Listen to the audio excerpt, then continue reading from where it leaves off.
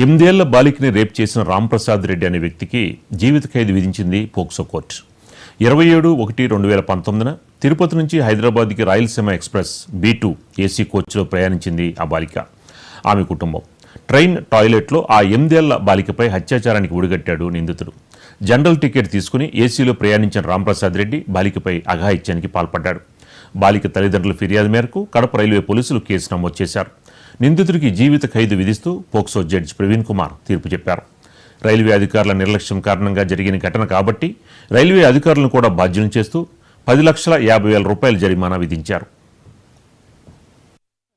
వాస్తవ్యులు తిరుపతి నుంచి హైదరాబాద్ కు ప్రయాణిస్తూ రాయలసీమ B2 బోగిలో ప్రయాణిస్తూ ఉన్నారు. రాజంపేట నుంచి నందులూరు మార్గ మధ్యంలో 8 సంవత్సరాల పాప వాష్రూమ్ కి వెళ్లాలని అడగ్గా వాళ్ళు వాష్రూమ్ వెళ్ళు అని చెప్పినారు. ఈ లోపల అగంతకుడు రాంప్రసాద్ రెడ్డి ఆ వాష్రూమ్ లోకి దూరి వాష్రూమ్ బోల్ట్ పెట్టేసి ఆ అమ్మాయి మీద అఘాయిత్యం చేసి పారిపోయినాడు. రైల్వే పోలీసు వారు DSP రమేష్ బాబు వాళ్ళ ఆధ్వర్యంలో వాళ్ళందరూ ముద్దాయిని పట్టుకుని కోర్టులో హాజరుపరిచినారు. కోర్టు వారు విచారణ జరిపి అతనికి మరణ శిక్ష 10,000 జరిమానా, తర్వాత రైల్వే వారు నిర్లక్ష్యము టీటీలు నిర్లక్ష్యం వలన సకాలంలో స్పందించకపోవడం వలన టికెట్ లేకుండా ఏసీ బోగిలో ప్రయాణించుతున్న ముద్దాయిని ఇప్పటి టీటీలు అనుమతించడం వలన వారి మీద చర్యలు తీసుకోమని తర్వాత రైల్వే వారు DR